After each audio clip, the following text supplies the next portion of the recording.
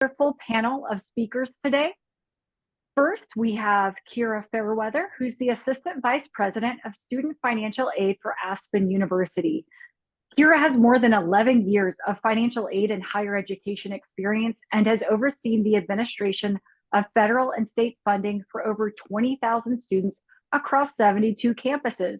She started her career as a financial aid officer and developed a passion for assisting students to ensure their success throughout their academic career. Next up, we have Michael Dozier, who's our Director of Operations here at ECM. He's an experienced financial aid director with over 10 years of dedication to creating an efficient workflow and supportive working environment. He is enthusiastic about educating and working collaboratively with members of his team to provide superior customer service. Drawing from his background in operating a wide range of Title IV organizations, Michael understands the importance of building a strong foundational knowledge. And last but certainly not least, Rachel Gordon, who is our COO here at ECM, is closing our presentation today. She is a highly experienced enrollment management and financial aid professional with over 20 years of experience in the creation of financial aid process flows, full cycle accreditation, implementation of automated systems, and staff training and development. Rachel is highly regarded for her customer service-driven approach, as well as her ability to create innovative solutions utilizing both technology and human enterprise. She has also presented at numerous local, regional, and national conferences and served on a national scholarship committee. Rachel is well known as a bona fide systems expert and for creating compliant, seamless, customer-friendly process flows. Again, we hope that you have all been able to successfully join our presentation today, and please stay tuned for our Q&A session at the end. As you go through, please feel free to drop any questions that you may have in the chat box. Our experienced team will gather them and be able to answer them all at the conclusion. However, if you have questions that come up after we have concluded the presentation, or even as you go about your day, we will have our contact information at the conclusion of this presentation. We will also be sending you a copy of this presentation for you to reference at a later date. Please feel free to reach out at any time with any questions, and we will be happy to support you. So without further ado, I give you our experienced panel of speakers. Thank you so much. Thank you, Katie.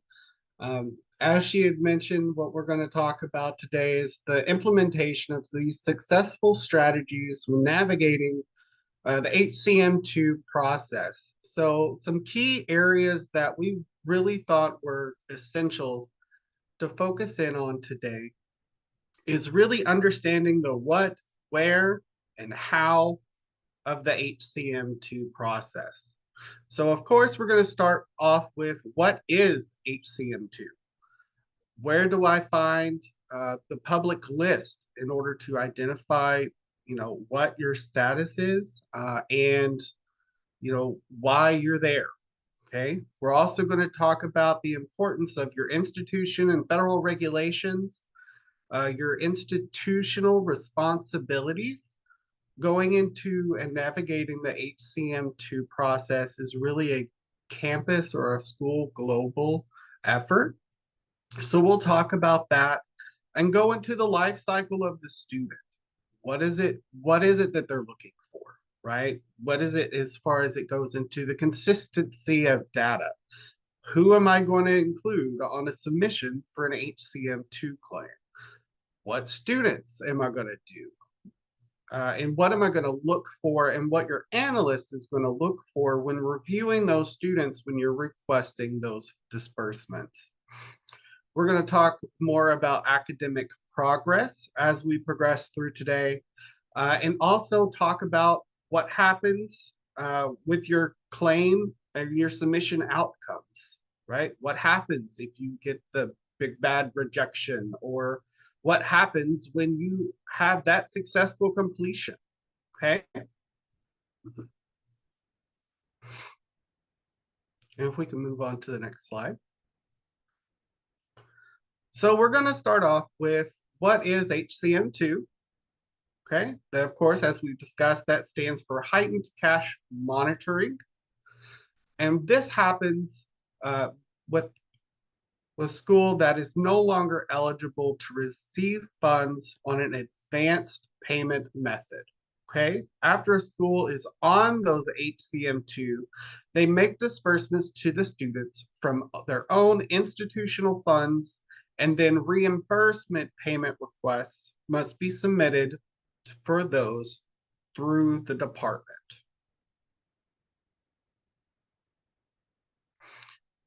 And as I mentioned, this is the where do you find the list, right? A public list is posted quarterly for all HCM1 and HCM2 schools out on the government website.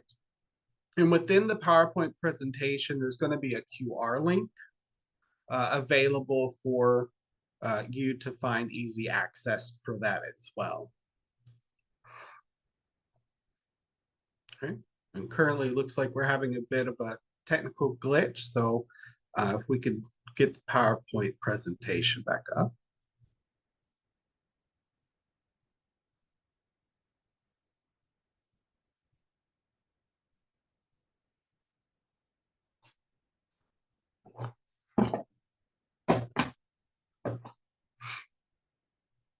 Here it goes. And next, when you start your HCM2 process, you're going to meet with your reviewer, your analyst. Okay, it's very essential that at the beginning of this process, you really build that connection for constant communication with your reviewer. Okay, you're going to discuss the submission process. The department's going to lay down their expectations of you as far as what to include. It's like, as I mentioned, it's very important to stay in communication throughout the process. You want to build that rapport with them, and it's essential to really be timely with your responses. Okay, if you see an email or certainly if you get a phone call, make sure you're answering that timely, and really just be communicative. Okay. And so the next step in our successful strategies would be looking at your institutional and federal regulations, making sure that you are fully up to date on all of your compliant policies, and ensure that the words that you have in your policy is what your institution is abiding by, because that information, your analyst and your reviewer is going to hold you to it.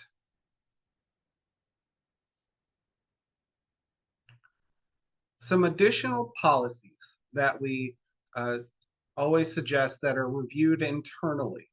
Okay.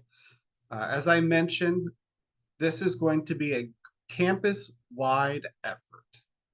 So really diving into all of your policies and procedures, including your admissions, to ensure what you request students to complete upon admissions is what the students are in fact completing, and that you have that supporting documentation available for review. You also want to make sure that your academic progress policies are up to date. You make sure that if you state when your SAT evaluation points are established, that is when you have matching SAP evaluations for. That your attendance policy is up to date and being followed. All of your financial aid policies should be reviewed to ensure that they are current, especially with our changing environment right now with FAFSA simplification. So we need to make sure that all of those are up to date, that your campus-based aid policies are up to date.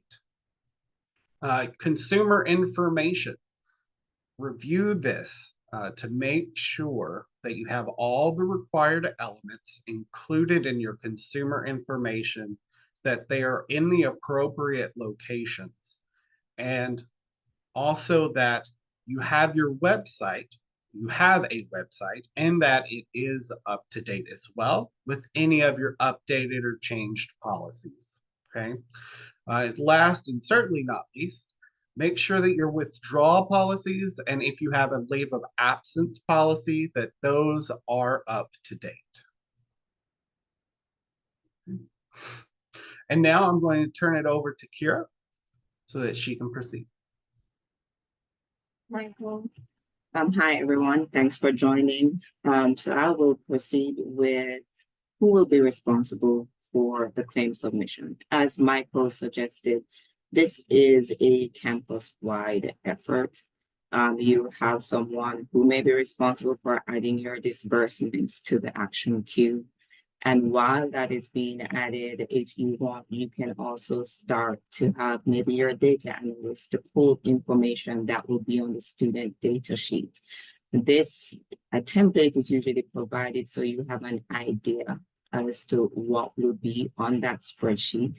And you may have an extra column or two, depending on your school and the programs you offer, will be added to that spreadsheet for you to provide. The files for the selected student population, those are your flat students. So for every request that you submit, you will receive a set of flag students randomly by the department, and you will have to compile all the information for these students.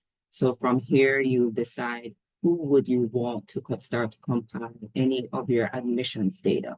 Who do you want to compile your FA data? And who do you want to compile anything regarding your R2T4, ledger information, etc. Get it all together and send it off. One of the other things to also take into consideration is your enrollment reporting. And if you have one person who will communicate with the analysts, that will also be great. Before submitting any files to the analyst for review, it is imperative that the schools completes a full review of all the components, that you are covering all the life cycle. The life cycle of the student will vary across everything. Can we go to the next slide for me, please? And this will include from admissions, financial aid, the registrar, NSLDS enrollment reporting. And this is not only for what you are requesting. They are looking at everything in the past. So if you have any loan period or academic year dates that may need to be updated, now is the time to get that done. If any grade levels needs to be updated, that also needs to be completed, especially for your enrollment reporting. If that needs to be updated beforehand, go ahead and get that done before the files are submitted to the reviewer. So for the population to include on the submission, one of the biggest thing is the stipends that are processed and cleared. If you have any students in your population who have received stipends, but either the ACH is rejected or the check is not yet cashed by the student, that student needs to be removed from your action queue. It cannot be submitted. If there is anything else that you come across beforehand, any verification docs or seat codes that are apparently incomplete, that student will also need to be removed from your submission. So it's imperative that you have everything that is required and that your stipends are fully cleared before you submit your file to the analysts. And for academic progress, as Michael mentioned, we'll have to ensure that you are evaluating the students pertaining to your SAP process. It is imperative that you have constant review. It is consistent across the board. You have your appeal documents ready to go if necessary, and any academic plan. They will ask if needs be, if the student is meeting SAP, that is on the spreadsheet that you will complete, but the analyst may also ask you for additional information to confirm that the student is indeed meeting their satisfactory academic progress. Now I'll turn it over to Rachel. Excellent. Thank you so much, Kira and Michael. So now we're going to go to my favorite topic, consistency of data. In the words of Angela Duckworth, consistency of effort over the long run is everything. And when it comes to HCM2, the consistency of your data is paramount. Let's start at the very beginning of the student and the life cycle and where your HCM2 reviewer is going to begin. You have to look across all documents. What does that mean? That means from the point of admissions all the way to where you currently are as of today, all information has to be 100% consistent. There can be no conflicting information whatsoever. A perfect example that we most recently saw was on an admissions application. A student put their contact information for their spouse, but their FAFSA, they were single. What does that mean? That means we have consistent information. We have to check every single data, even the ones you wouldn't think they will review. I guarantee you, those are the ones your reviewer will find. We don't want a rejection, and that would be one. Why? Because the student might not meet baseline eligibility for the aid in which you processed. So consistency is key. Other elements that your reviewer will question inconsistencies are costs of attendance, dates of processing. Dates of processing comes in very frequently in both clock hour programs and when you have modular-based format. You have to ensure your dates are accurate. Grade level. We know students are fluid. We wish they were static like the SDS was. Our life would be simple, but they're not. They may change grade level in the middle of the year. And if we have not changed their award eligibility, I guarantee you, your reviewer is going to ask why.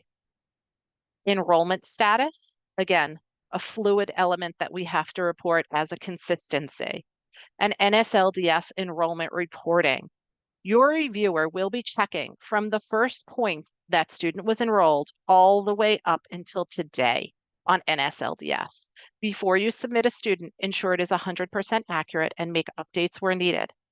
You may also have to provide a disclaimer or notice to the reviewer if a student hasn't shown up on a report yet, because as we know, NSLDS has been just a tad bit slow lately, and your reviewer is going to want to know why they're not there. Embrace the questions. The smart ones ask when they don't know, and sometimes when they do. Malcolm Forbes. No, I will tell you this. The department knows. They really know. They know most of the time. I won't say always.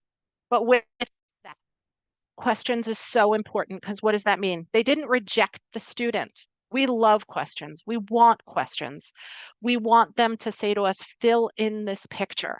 A student to a reviewer is kind of like paint by number. They have all the outlines, they see all the information, and then it's up to us to provide all of that color. And if there's an empty space, we want that reviewer to come back to us and for us to fulfill it. If they ask a question, answer factually, exacting, and completely. We want to have an approval. And that question was a positive stance in the direction towards an approval of that student.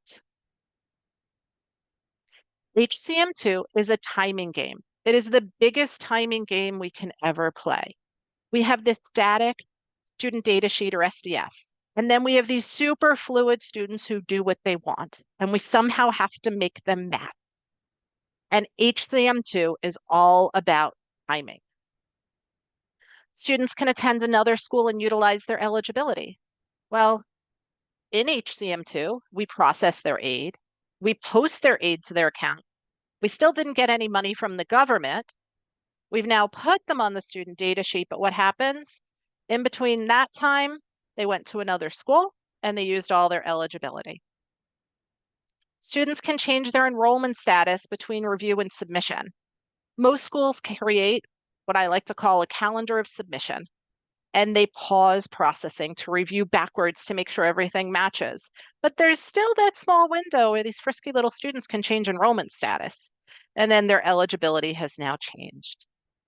Students withdraw, and you have R2T4 calculations. And my favorite, cashing of stipend checks. The most frequent call at every single school, college, and university in this country is, where is my refund? But somehow they don't cash their checks. We need those checks to be cashed in order to submit them on a submission. Follow up with our students and let's make sure that not only did they ask us for the refund, but they actually cashed and deposit them as well.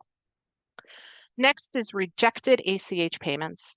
There are times where schools could change their, where students might change their banking information. So the ACH is going to reject. We either need to communicate with that student to update the ACH or send them a paper check, but now we're back to that little timing game of waiting for them to cash the check, and they may end up on the next submission. HCM2 is about data and time and consistency. Nobody likes it, but what happens if you have a rejection? The first thing I'm going to tell you, it's not on a bullet point here, but we are all human. So first, take a deep breath. You're going to get through this. After you take a deep breath, possibly make a cup of coffee, read that final determination letter. Read it a few times so we can really see what the reviewer is telling us. Your school's next submission can only be the rejected files. In a way, it's a redo so that we can work towards an approval. Correct any student files that have errors. Go through them with a fine-tooth comb. Make sure you have them fully accurate, no conflicting information. Create a narrative if need be. Make sure that that record is really clear. Again, paint by number.